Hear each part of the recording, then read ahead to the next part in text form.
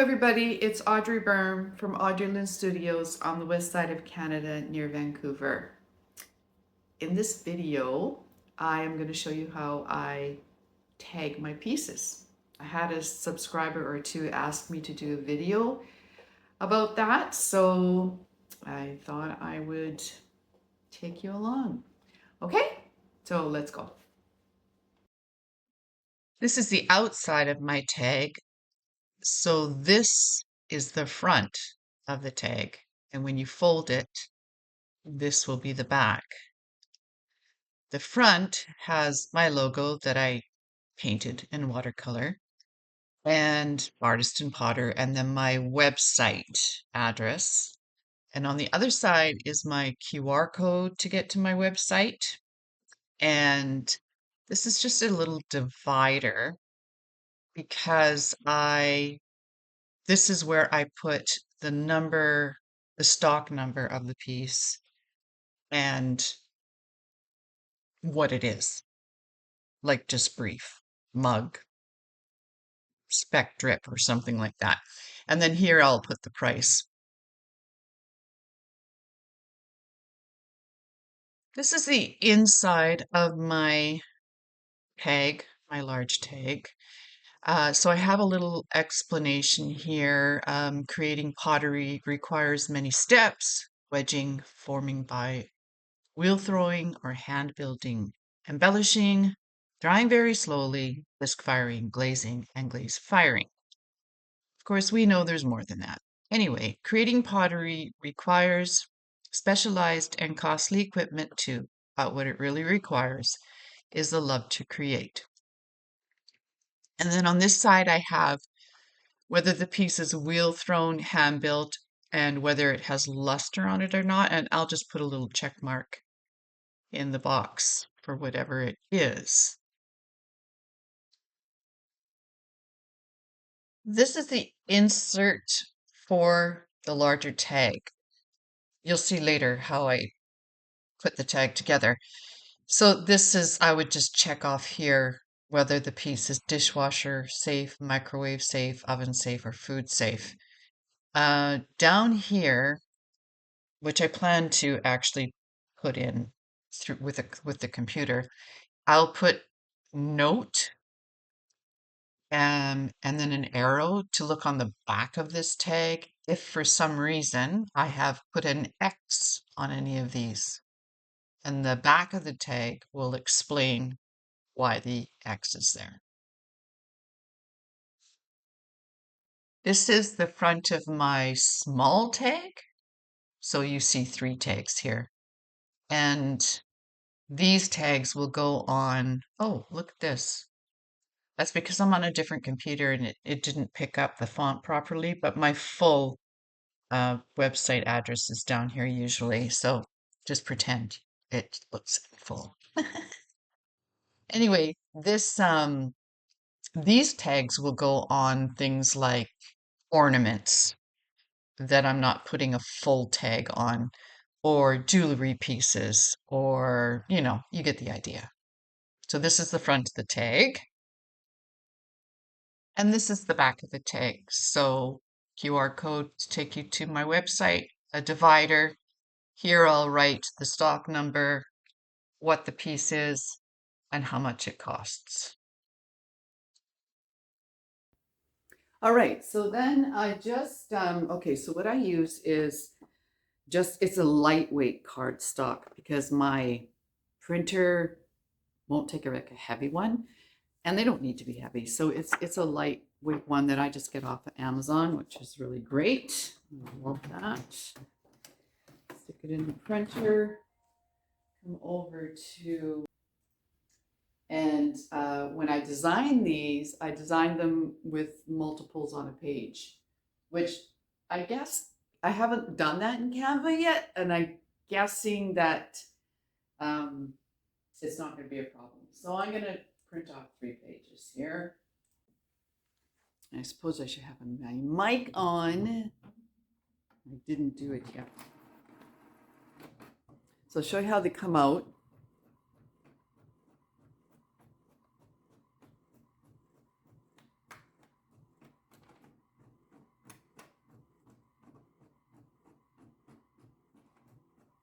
I even, like, I designed them with a really, really light line so I know where to cut them too.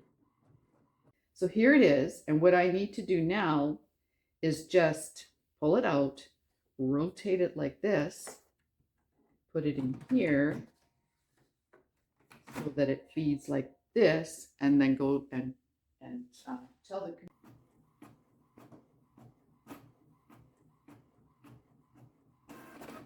Okay, so there's the page of tags.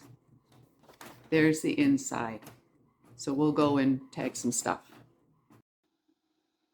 Okay, I remembered to put my mic on, so now I have to remember not to yell at you. So what I have is just a Fisker's cutter from scrapbooking days. When I cut these, I also have a big paper cutter, but these take a little more fine tuning, you might say. So I'll just cut some of them. So I'll just line up my line with just the blade cutting on the inside of that line. Like that. And I'll continue to do that.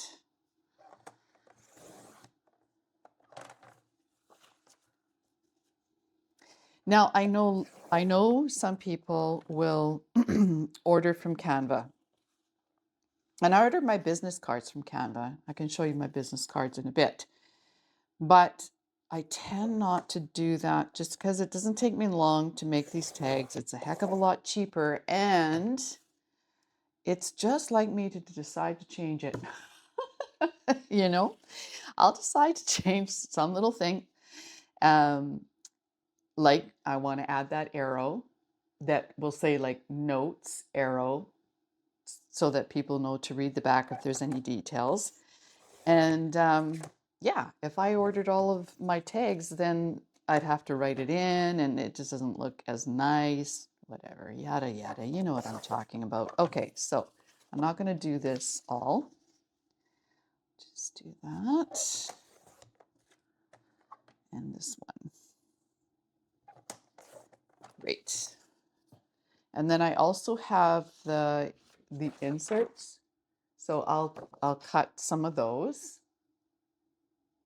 Okay, so what I have is the little tag and the insert. And I'll just fold the card.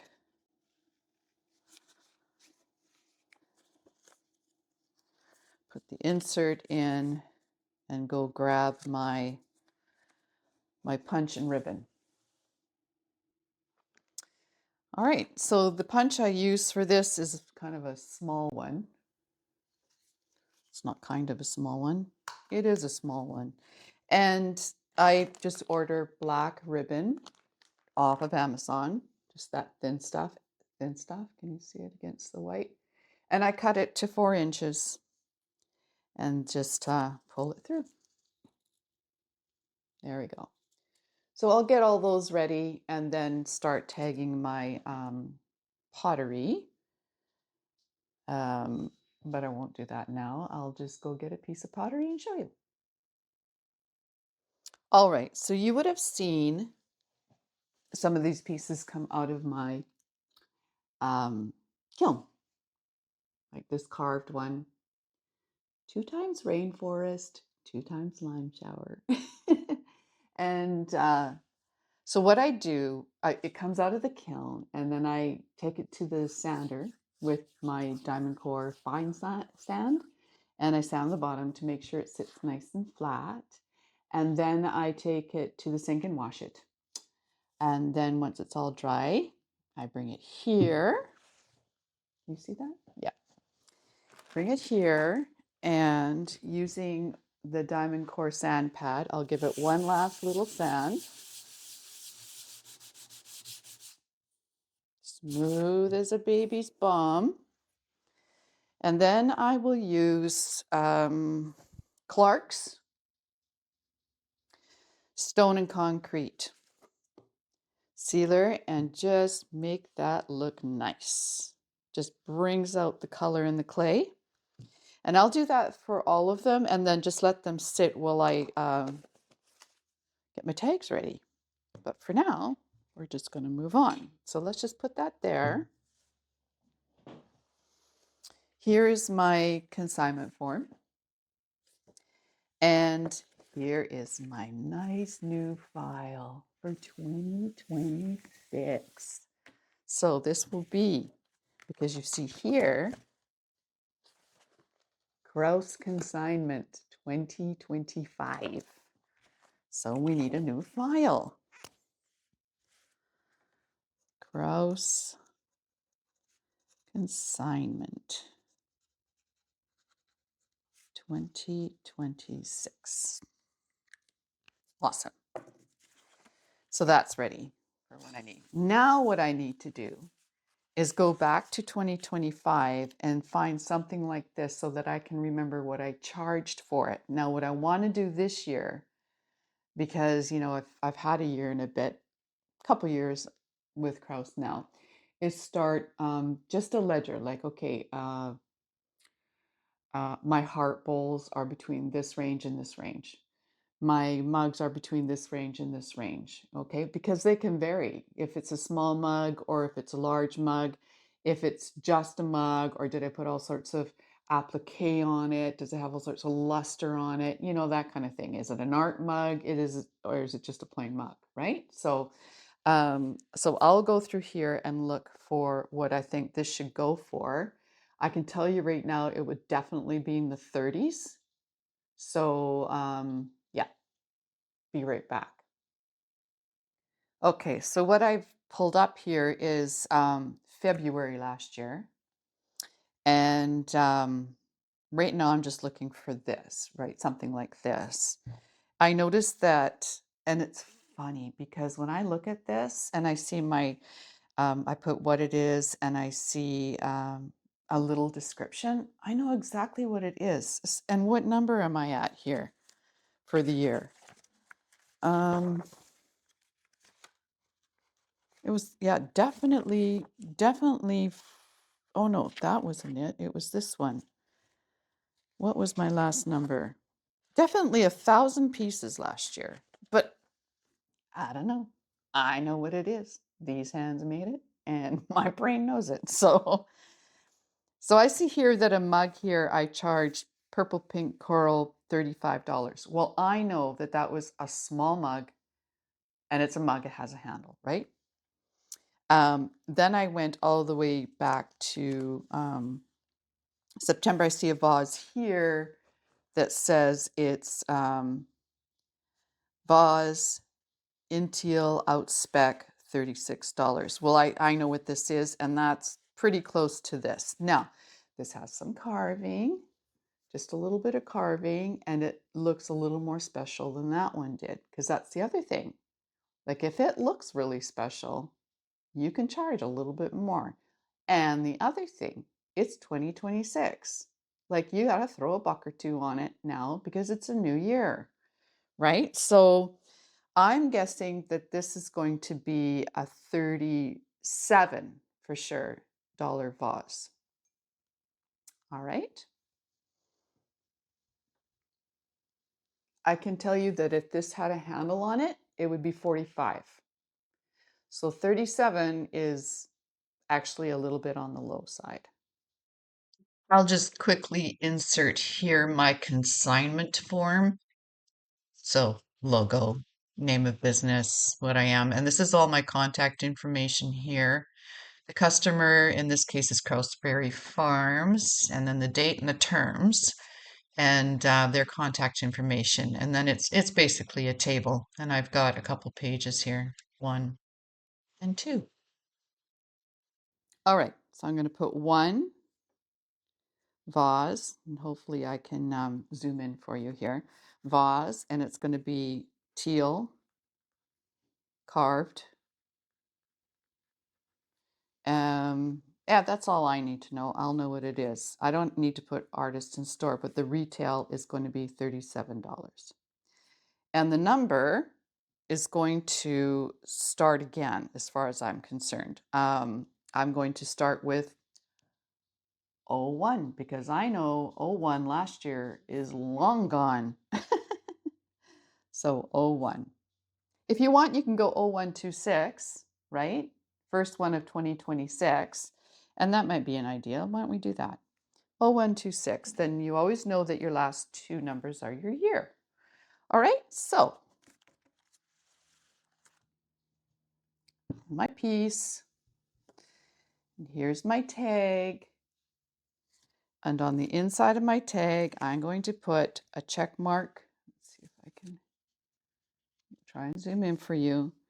Dishwasher safe, microwave safe, oven safe, and food safe. And this was wheel thrown. Okay? If I wanted to, I can just write in here too. Carved. How about even hand carved equals more money? Like, I don't want to rip people off, but you need to get what your time, right? So, yeah, and then on the back, I will put the number. So, number 0126, and it is a teal carved vase slash tumbler, because it can be a tumbler, like what Nat says. It can be anything you want it to be. It's whatever you want it to be. And then the price will be $37. All right. And then I found these stickers off of Amazon because I loved what Lindy Lou did. She has a sticker that sticks her tag on. So I found these that really are a nice coloring for my tags, right? So here, it's the same sort of brownish color so I was happy to find them. And I just used this sticker.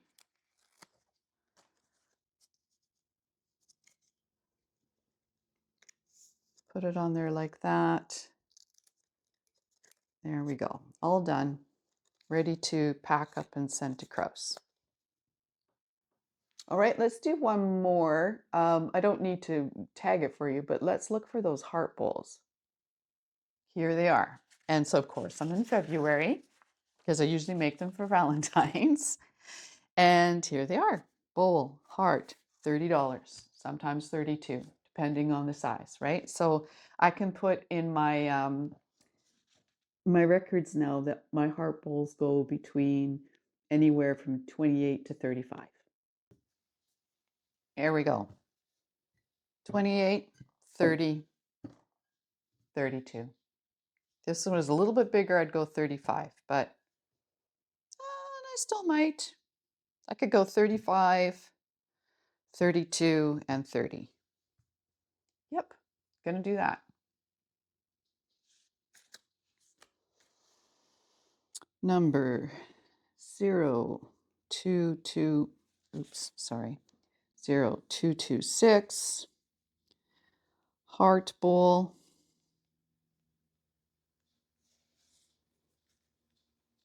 30, wheel thrown, dishwasher, mic, oven, blah, blah, blah. Get my little sticker.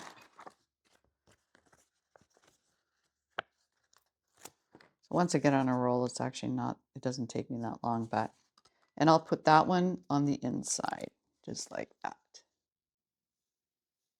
See, little $30 little bowl, like that's, I mean, I know it's small, but it's cute. So it's got the cute factor and it's handmade and la la la for Valentine's. Nothing's too much for your love. Okay, so the other thing I want to touch on is yes, they take 30%. I am so okay with that. I know that many of you do markets, and I commend you. I really do. I used to do markets all the time, not with pottery, with my artwork and painted glassware and jewelry and you name it, I did it all. And dried flowers first. Boy, was that hard because you couldn't break anything. Everything was so big. I grew all the dried flowers. I grew all the flowers. And then my very patient husband let me hang them all in the rafters in our house. And I held classes for floral arranging and everything, and I loved it. I loved it. Anyway, long short of it is that I have done many markets, and I'm just not into it anymore. I last year I did one at around Christmas time, and oh, I regretted it. It was great money. It was a couple grand, but holy cow, just packing it all up. I mean, you know what it's like if you do markets, right? And never mind the fact that it was just pouring rain.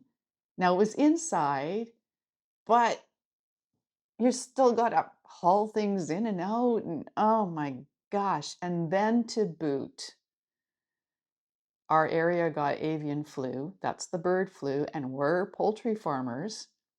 And now I've signed up for this um, market, and we're driving through infected area. So of course, this is so good. And then we came back, had to make sure we washed the truck all the way down before we even came near our farm.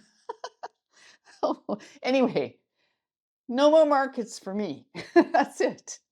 So when I think that, 30%, okay, so I take it to them, and they unpack everything, put it in their system, put it on their shelves. They have the staff that does that, the staff that puts it through, the sales counter. They've got the numbers. 30% is a steal. So I am definitely okay with that. And I did very well last year. So yeah, I'm okay with that. So you have to decide whether you're okay with it. If you don't, if you have a place that is charging you 50% commission, what's the trade-off? Same with markets. What's the trade-off? And we're all different. So neither one is right or wrong. It's just what works for you in your life for what you want to do. So, and you know me, I'm on a motorbike all summer. I'm not going to go to a market, set up and I'm just not doing that. I'd rather be on my bike and riding for days. So there you go. That's the commission talk. So there you go. I hope it helps you. So until the next time, peace out.